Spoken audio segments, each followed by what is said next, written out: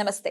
Spiritual, motivation, educational వీటికి సంబంధించి interviews ఇవ్వదలుచుకున్న వాళ్ళు కింద నంబర్కి కాంటాక్ట్ చేయండి. నమస్తే, వెల్కమ్ టు అవర్ ఛానల్. నేను పద్మిని. ప్రస్తుతంతో పాటు ప్రముఖ ఆధ్యాత్మికవేత్త, ఆస్ట్రోన్యూమరాలజిస్ట్, వేదిక్ వాస్తు స్పెషలిస్ట్, శ్రీ విద్య మరియు హనుమత్ ఉపాసకులు బ్రహ్మశ్రీ డాక్టర్ శివయోగి సిత్లా జయశంకర్ గారు మనతో పాటు ఉన్నారు. మాట్లాడదాం. సార్ నమస్తే. సార్ సార్, మనకున్నటువంటి నవగ్రహాలు కూడా ఖచ్చితంగా వేటి ప్రాముఖ్యత వాటికి ఖచ్చితంగా ఉంది. అయినప్పటికీ కేతుగ్రహం చాలా యూనిక్గా అని అనిపిస్తూ ఉంటుంది సార్. ఎందుకంటే రెండు తత్వాలు ఒకరే కలిగి ఉండటం. భక్తి ఇవ్వాలన్నా ఆయనే, భక్తి లేకుండా చెయ్యాలన్నా ఆయనే కదా. అసలు చాలా అద్భుతమైనటువంటి గ్రహాల్లో one of the planets Ketu గ్రహం అని ఖచ్చితంగా చెప్పుకోవచ్చు.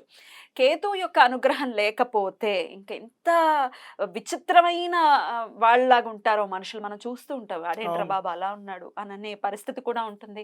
అపారమైన జ్ఞానం ఉన్న వాళ్ళగా ఉండే వాళ్ళకు కూడా ఆయన అనుగ్రహం అసలు ఎట్లా వర్ణించాలి సార్ అసలు కేతుగ్రహాన్ని? కేతుగ్రహ అనుగ్రహం ఉంటే గనక ఎలా ఉంటారు? ఆర్థిక పరమైన ఇబ్బందులను ఎదుర్కొనే వాళ్ళు కూడా కేతు అనుగ్రహం లేకపోతే కూడా ఎదుర్కొంటూ ఉంటారని వింటూ ఉంటాం. ఇట్లా చాలా మేజర్ రోల్ ప్లే చేస్తూ ఉంటారు. ఎందుకంటే వాళ్ళకి మానసికమైన సమతుల్యత ఉండదు కాబట్టి, ఆ స్థిరత్వం ఉండదు కాబట్టి, బ్రెయిన్ ఆలోచన పరంగా మానసికంగా శారీరకంగా మనసుకి శరీరానికి రెండు పొంతన ఉండదు. ఎగ్జాక్ట్లీ. సో అసలు అందుకే కేతు గురించి మాట్లాడాలి అంటే ఒక తెలియని ఆనందం ఖచ్చితంగా వస్తుంది. ఈయన గురించి తెలుసుకోవాలనుకుంటున్నాను సార్. ఆయన అనుగ్రహం పరిపూర్ణంగా పొందాలంటే ఏం చేయాల్సి ఉంటుంది సార్? ఆయనకి గమ్ అంటే చాలు, గమ్ అంటే చాలు, ఆయన ఎలర్ట్ అయిపోతాడు. సో కేతు గ్రహం గురించి అందరు చాలామంది భయపడుతుంటారు, కానీ జ్ఞానప్రదాత ఆయన మీకు జాతకంలో దశలో కానీ, మహర్దశలో కానీ, అంతర్దశలో కానీ, విదశల్లో కానీ వచ్చినప్పుడు కొంత మిమ్మల్ని జ్ఞానం వైపు, కొంత భక్తి వైపు మళ్లించాలన్న ప్రయత్నంలో, కొంత ఆ ఆలోచన విధానంలో ఆ మార్గంలో మీరు లేకపోవటం వల్ల ఏర్పడిన ఇబ్బందులు.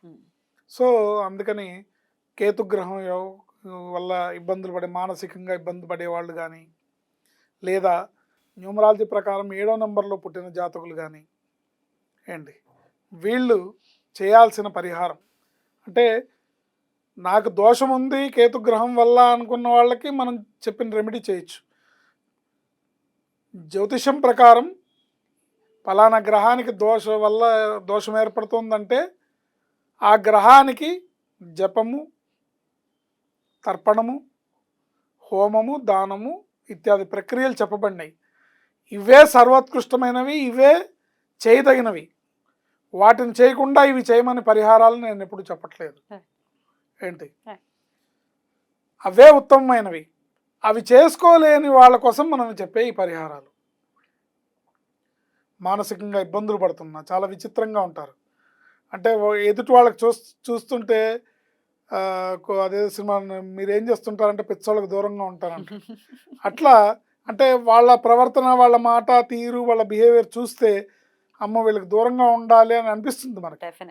సో ఇలాంటి వాళ్ళందరూ పాపం, వాళ్ళని చూసి మనం జాలి పడాలి తప్ప మనం దూరంగా ఉండటం, ఇంకో రకంగా చేయటం కాదు.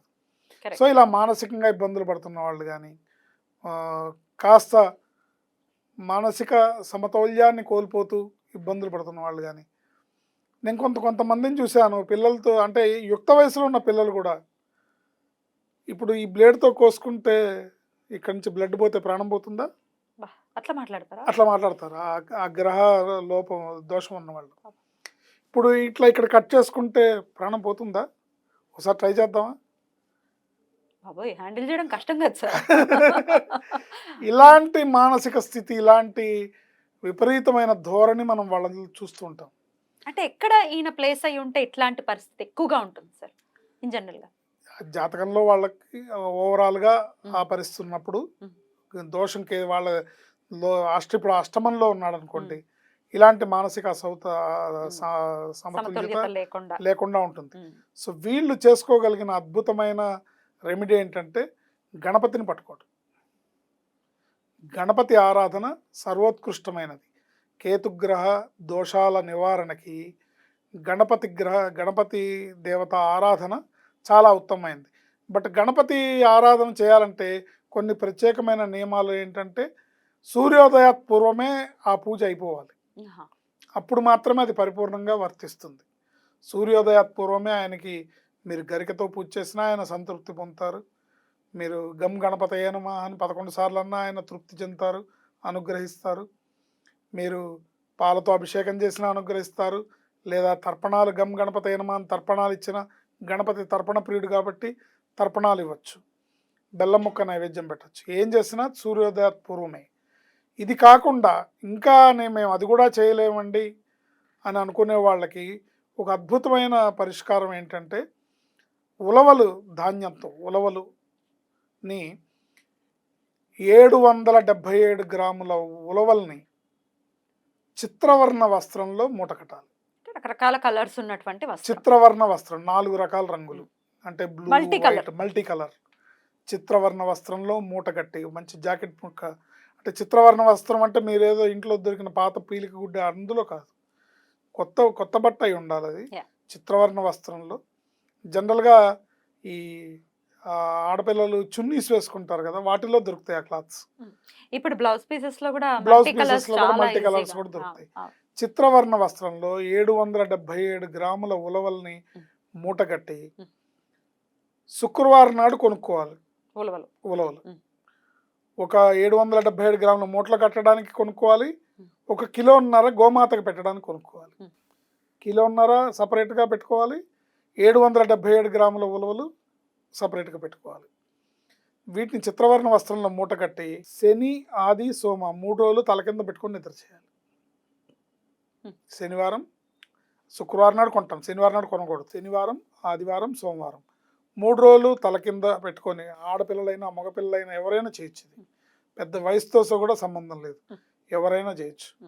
తల కింద పెట్టుకొని నిద్రపోయి మంగళవారం నాడు ఉదయం స్నానం అయిన తర్వాత, మంగళవారం నాడు ఉదయం లేచిన తర్వాత ఈ మూటతోని 3 సార్లు క్లాక్ వైజు, 3 సార్లు యాంటీ క్లాక్ వైజు తల చుట్టూ దిష్టి తీసేయాలి. మళ్ళీ పాదాది శిరస్సు పర్యంతం, శిరస్సు నుంచి పాదాది పర్యంతం 3 సార్లు క్లాక్ వైజు, 3 సార్లు యాంటీ క్లాక్ వైజు దిష్టి తీసేసి స్నానాధికాలు, పూజాధికాలు అన్నీ అయిన తర్వాత ఆ మూటను తీసుకెళ్ళి పారుతున్న నీటిలో ఆ మూటను విప్పేసి ఆ ఉలవల్ని బలంగా విసిరేయాలి.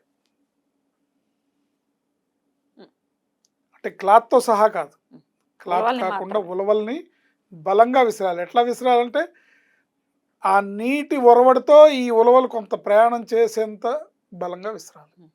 ఇవి కూడా కొంత ప్రయాణం అంటే అట్లా నీళ్ళలో పడిపోకుండా, అక్కడే పడి ఉంటాయి కదా. పడి ఉండకుండా కొద్దిగా ప్రయాణం చేసి అట్లా, అంటే మీ సమస్యలు, మీ మానసిక రుగ్మతలన్నీ కొట్టుకుపోతాయి అనే సంకేతంతో ఇలా చేస్తే, ఇట్లా 7 వారాలు చేయగలిగితే నిజంగా చెప్పాలంటే పిచ్చి వాళ్ళు కూడా మామూలు మనుషులైన వాళ్ళు ఉన్నారు.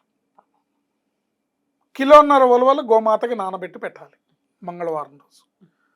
మంగళవారం రోజు ప్రతి శని, ఆది, సోమ 3 రోజులు తల కింద పెట్టుకొని నిద్రపోవాలి, దిష్టి తీసేయాలి, ఉలవల్ని నీళ్ళల్లో పడేయాలి, ఆ వస్త్రాన్ని అక్కడే పడేసేయాలి.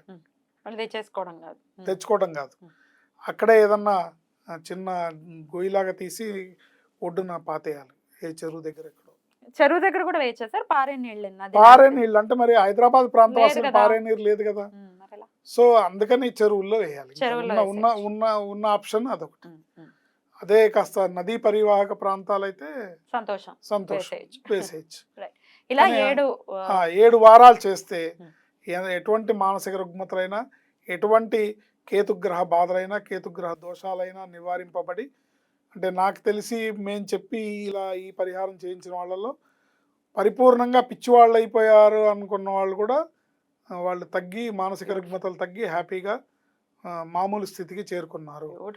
మంచిగా ఆధ్యాత్మికంగా మంచిగా ముందుకెళ్తారు. సో ఎప్పుడైతే ఆయన ప్రతికూలం నుంచి అనుకూలతలోకి మారాడో, మిమ్మల్ని చక్కగా ఆధ్యాత్మిక వైపు చక్కగా మంచి ఆధ్యాత్మిక ప్రయాణం మీతో చేయిస్తాడు. అద్భుతం సార్. అయితే పిల్లల్లో అంటే ఏజ్ లో ఉన్న వాళ్ళు పెళ్లిళ్ళు చేసుకోము, మాకొద్దు పెళ్లిళ్ళు అనటం కానివ్వచ్చు. నేను విన్నాను పిల్లల్ని గానం మేము ఇద్దరు కూడా, వైఫ్ అండ్ హస్బెండ్ ఇద్దరు కూడా అనుకోవటం, మాకొద్దు పిల్లలు, భవిష్యత్తు బాగాలేదు, ఈ వెదర్లు బాగాలేదు, అట్మాస్ఫియర్ బాగాలేదు, వాళ్ళకి మంచి ఇది ఉండదు, అది ఏదో సమ్ రీజన్. పిల్లలు బాగాలేదు కాదు, ఇంకో స్టెప్ ముందుకెళ్ళి మాకు పెళ్ళే వద్దంటున్నారు. పెళ్ళి అయితే అన్ని కావాలి, మిగతా వద్దు. సహజీవనం అనే దానికి ఎక్కువగా ఓటేస్తున్నారు. Right right. అసలు ఏంటి? పెళ్ళే వద్దు అనుకునే వాళ్ళు కూడా పెళ్లి వద్దు కొంతమంది అనే ఉన్నారు. వాళ్ళు కూడా ఉన్నారు. వాళ్ళకు కూడా ఈ రెమెడీ పనిచేస్తుందా? పనిచేస్తుందండి. నేను బ్రహ్మాండంగా అడగాలనుకున్నాను. పనిచేస్తుంది, అదే. అద్భుతంగా పనిచేస్తుంది. కొంతమంది అసలు రెడీ అవ్వకుండా పిచ్చిగా ఏవి పడితే అవి పిచ్చి పిచ్చి బట్టలు వేసుకుని వైరాగ్యంతో ఉంటారు. వాళ్ళ వయసుకి వాళ్ళ Extremes. బిహేవియర్కి ఎక్స్ట్రీమ్స్. యా. వైరాగ్యమైన ఎక్స్ట్రీమ్ లోనే ఉంటుంది, భక్తి అయినా ఎక్స్ట్రీమ్ లోనే ఉంటుంది. కొంతమంది ఉంటారు ఇంక 24 గంటల పూజ గదిలోంచి బయటికి రారు. అది కూడా ఒక అది కూడా ఒక ఇబ్బందే. ఇబ్బంది. ఆ. సో అలా ఏదైనా ఎక్స్ట్రీమ్కి ఉంటుంది కాబట్టి అలాంటివన్నీ తగ్గి Beautiful. సమతౌల్యంతో మామూలు సాధారణ స్థితికి వచ్చి వాళ్ళ మానసిక శారీరక స్థితి సాధారణ స్థితికి రావడానికి ఈ రెమెడీ. ఈ రెమెడీ చాలా అద్భుతంగా పనిచేస్తుంది. వాళ్ళ జీవితంలో గణపతిని వదలకూడదు. Right. గమ్ గణపతయ్య నమః అనేది వాళ్ళ పాలిట వరం. Right. గమ్ గణపతయ్య నమః అనుకుంటూ ఉంటే మరింత తొందరగా అంటే ఈ పరిహారాలు చేస్తూ ఇంకా గణపతి కావాలి. చాలా చక్కటి రెమెడీ చెప్పారు. డెఫినెట్ గా ఇది అందరికీ ఉపయోగపడుతుంది ఎవరైతే ఈ సమస్యలతో ఎదుర్కొంటున్నారు. Right sir, thank you so very much. నమస్తే. నమస్తే.